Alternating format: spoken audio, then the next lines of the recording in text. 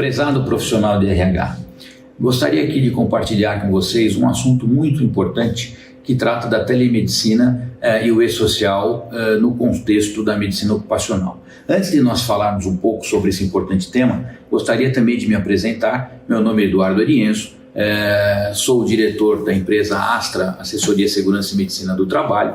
É uma empresa que atua há 40 anos em consultoria em todo o território nacional, em medicina ocupacional, engenharia e segurança do trabalho.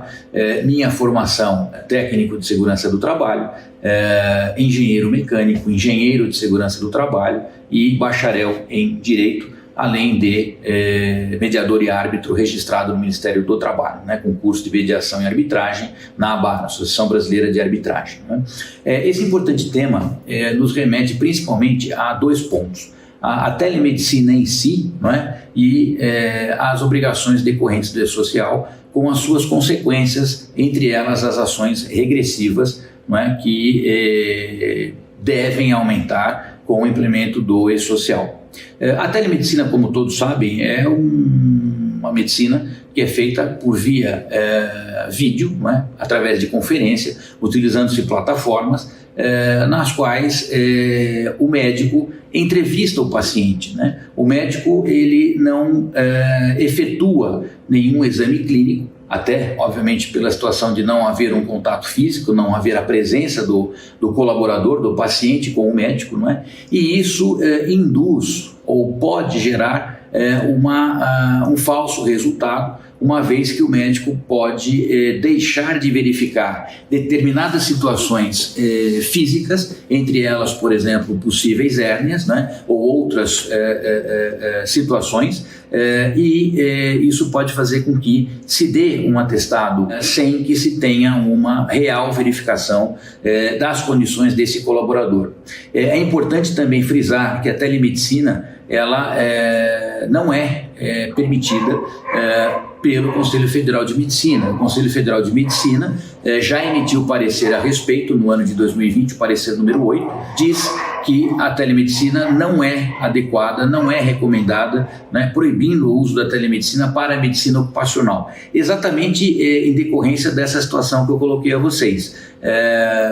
Por não ser um exame feito em que fisicamente o colaborador está presente, o resultado final desse exame pode indicar uma condição de aptidão sem que seja detectado um eventual problema que esse colaborador tenha e que vai acabar evoluindo para uma situação ainda mais grave no momento que ele realiza suas atividades na empresa. Ligando a telemedicina com o e-social, isso se torna mais evidente. Por quê? Porque o e-social visa fazer com que todas as informações pertinentes aos riscos desse colaborador, e a condição de saúde desse colaborador seja enviada diretamente à Receita, à Previdência Social. Hoje nós sabemos o quadro de agentes físicos, auditores fiscais, é muito reduzido, e o e-social visa exatamente preencher essa lacuna, fazendo com que todas as empresas sejam fiscalizadas através do modelo do e-social, com o envio das informações à Previdência, com o envio das informações à Receita Federal. Com isso, a partir do momento que você utiliza a telemedicina e a partir do momento que você deixa de detectar um determinado sintoma, um determinado problema que esse colaborador tenha, você corre o risco, como disse anteriormente, de admitir esse colaborador sem que esse problema seja detectado, e ao desencadear essa situação, ocorrendo essa doença ocupacional, ou simples doença, você terá, a partir do momento que esse colaborador utiliza o benefício da Previdência Social, a partir do momento que esse colaborador, uma vez já admitido na sua empresa, passe a ser enviado à Previdência Social para que receba o benefício do auxílio, passe a fazer com que as informações que você encaminhou à Previdência Social sejam avaliadas, e com isso pode-se gerar a partir daí uma ação regressiva. A ação regressiva é uma ação que a Previdência poderá ajuizar contra a empresa, não é?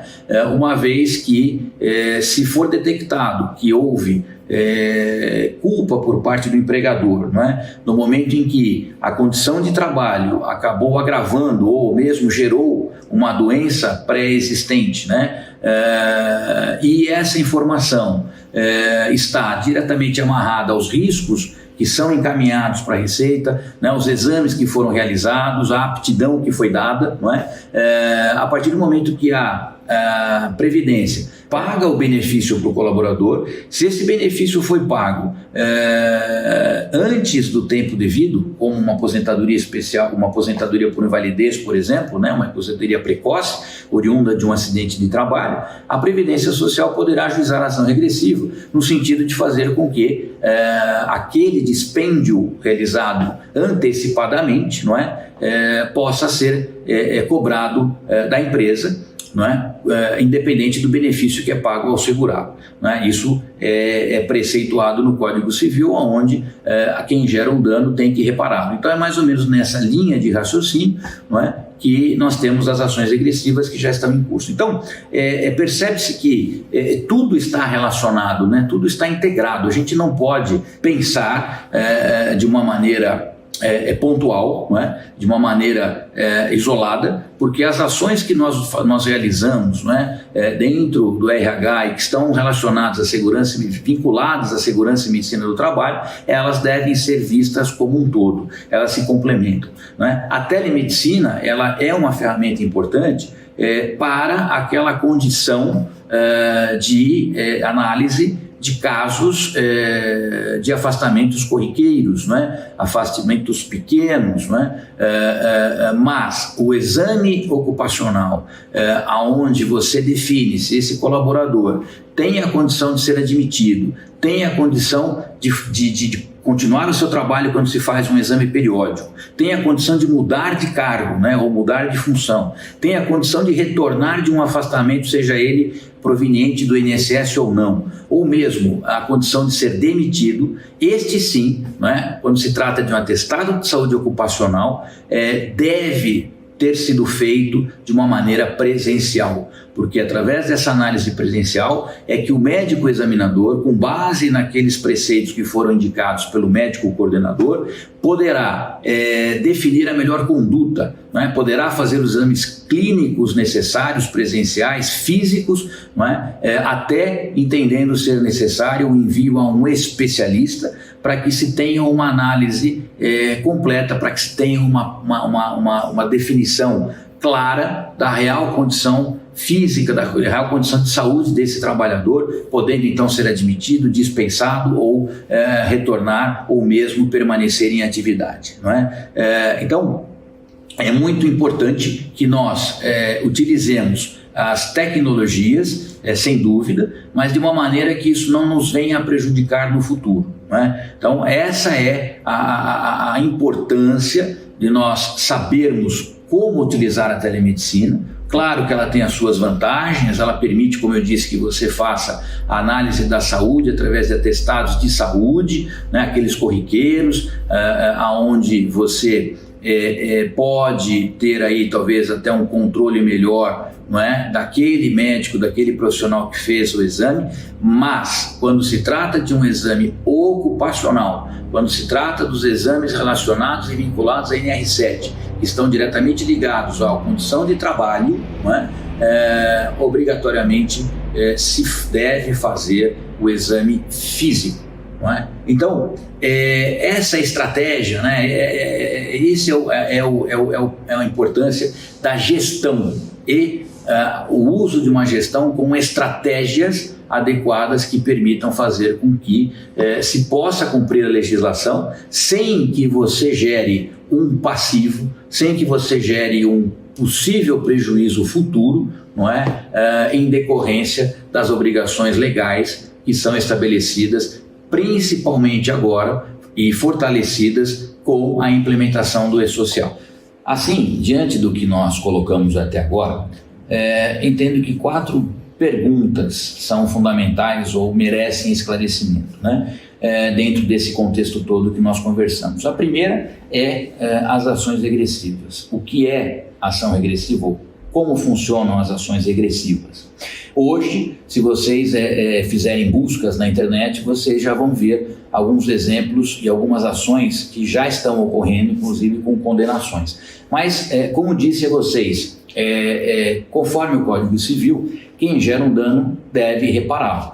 E as ações regressivas entram exatamente nesse contexto, não é? Aonde, com base nas informações que as empresas encaminharão à Previdência Social, através do E-Social, informações essas que constam a atividade do colaborador, descrição das atividades, os riscos que esse colaborador está exposto, os exames que são determinados e se são feitos, não é? Com base nessas informações, ocorrendo um acidente ou uma condição em que que gere, né, uma aposentadoria por invalidez, ou seja, uma condição em que a Previdência ela é acionada a fazer o pagamento daquele benefício que o segurado tem direito, não é? Se for verificado que a empresa colaborou para esta ocorrência, não é? Permitiu que se tivesse que ser dado aí uma aposentadoria por invalidez, ou seja, aquele colaborador, ele acabou se aposentando antes do tempo previsto, não é? Houve um dispêndio da Previdência em tempo extemporâneo, não é? No momento em que isso não ocorreria, e houve um prejuízo ao caixa da Previdência, e com isso, através da ação regressiva, isso pode ser cobrado do empregador, não é? Então esse é o conceito da ação regressiva. Então é muito importante que as informações existentes e constantes no E-Social sejam informações claras e precisas. Ainda dentro do nosso tema, né, nós falamos da telemedicina, vantagens e desvantagens. Qual é a vantagem do uso da plataforma ou da telemedicina? Não é? Como eu disse a vocês, é natural, é óbvio que a gente tem que evoluir e usar as ferramentas tecnológicas que estão à nossa disposição. E aí a telemedicina gera uma vantagem para o RH no sentido de você permitir que certas ocorrências que gerariam um atestado de saúde, não é? Aquele atestado que é emitido num posto de saúde, aquele atestado leve que gera aí um afastamento de meio dia, 2 dias, enfim, situações inclusive que não exigem um exame de retorno ao trabalho, conforme prevê a NR7, uma vez que o exame de retorno ao trabalho obrigatoriamente se faz a partir de um certo tempo de afastamento, né, superior a 30 dias, esses exames podem ser feitos através da plataforma da telemedicina, permitindo que você economize deslocamento desse colaborador, permitindo até que ele possa eventualmente fazer numa sala reservada, não é? Dentro da empresa, enfim, permitindo que ele possa fazer através do seu telefone, ok? Mas ele não deve ser agregado à medicina ocupacional. Então, a vantagem é essa, né? Você tem aí uma rapidez, você tem aí uma facilidade do colaborador, não é? Então, permite que esse exame seja, digamos assim, realizado de uma maneira mais rápida, não é? Com relação à desvantagem da telemedicina, é exatamente isso que foi colocado, né, que eu coloquei a vocês. O uso da telemedicina permite que você tenha eventuais diagnósticos em situações mais complexas, não é? Principalmente em situações que envolvem o aspecto legal e suas consequências, como a medicina ocupacional, o ASO, o Atestado de Saúde Ocupacional. Então você pode ter situações que não são detectadas pelo médico examinador em decorrência da não realização do exame físico, não é? Porque a telemedicina, obviamente, vai envolver os questionamentos, a anamnese que é feita, mas não há o exame físico. Então, o colaborador ele pode ter, como eu disse, uma hérnia, né, um início de uma hérnia em estágio inicial, não é? Isso passa despercebido pelo examinador, não é? E esse colaborador é posto, por exemplo, pela empresa para realizar tarefas em que se faz a movimentação de cargas, né? E levantamento de pesos, enfim, transporte de mercadorias, né?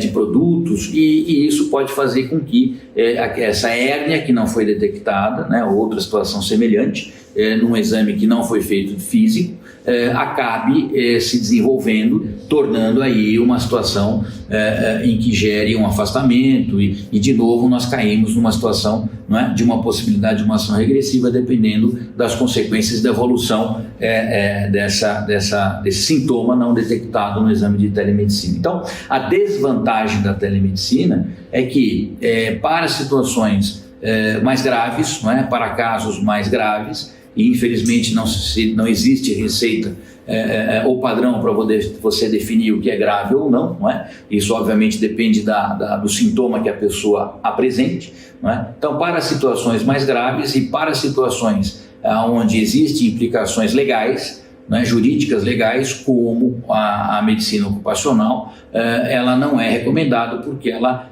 maximiza possíveis erros de diagnóstico, possíveis falhas de diagnóstico no momento em que você está emitindo o atestado. Por isso, a não recomendação, não é, pelo Conselho Federal de Medicina no uso da telemedicina para a medicina ocupacional. E por fim, não é um tema, nós estamos envolvendo aqui estratégias e e-social, gestão de estratégias, né? No e-social, né? O e-social é uma mudança cultural? Sim, entendo que é uma mudança cultural, não é? Porque muitas das ações que nós fazíamos, não é?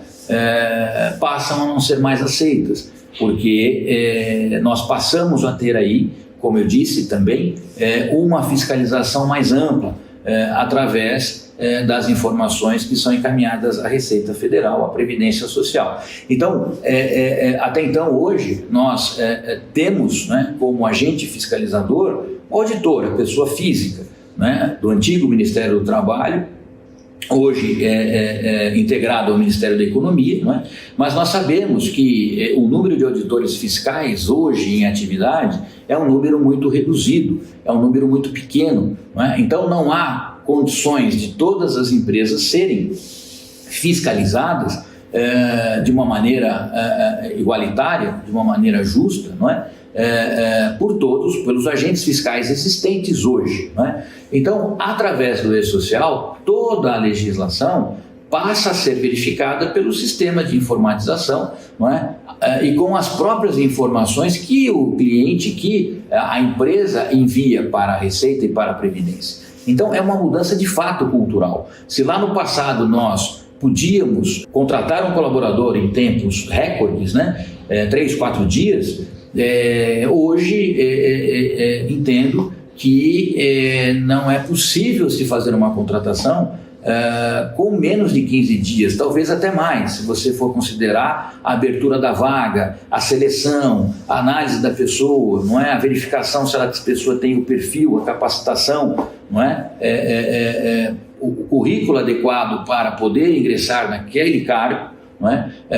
Então é necessário entrevistar as pessoas que estão aí dispostas à vaga, não é? Depois de entrevistadas essas pessoas e definidas essas pessoas, é necessário que se faça os exames complementares pertinentes, identificados no PCMSO, obrigatórios para aquele cargo que essa pessoa vai executar. Esses exames, eles têm tempo de resultado, não é? Alguns saem em 2 dias, outros saem em 5 dias, não é? E depois disso tudo, ou seja, depois que você analisou os candidatos, depois que você definiu o candidato, depois que você fez os exames complementares, fez o exame clínico, emitindo o atestado de saúde ocupacional, é que você vai colocá-lo para de fato exercer as atividades. Lembrando ainda que antes de se pôr a pessoa em operação, né, para exercer o trabalho ao qual foi contratado, às vezes se faz necessário treinamentos, não é? De operação. Se a pessoa vai operar um equipamento, uma máquina, ele tem que receber as orientações necessárias à boa condução, à boa operação.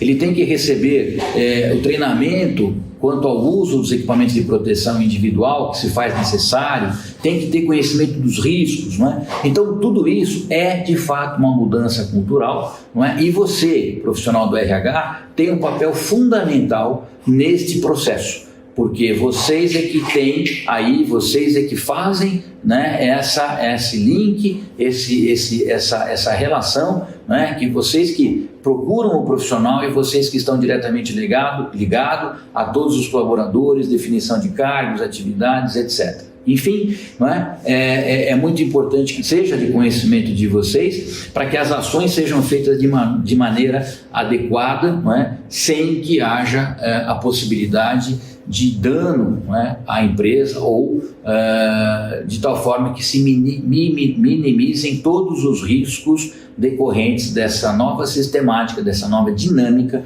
que é o E-Social. Não é? Assim, em cima de tudo isso que nós colocamos, não é?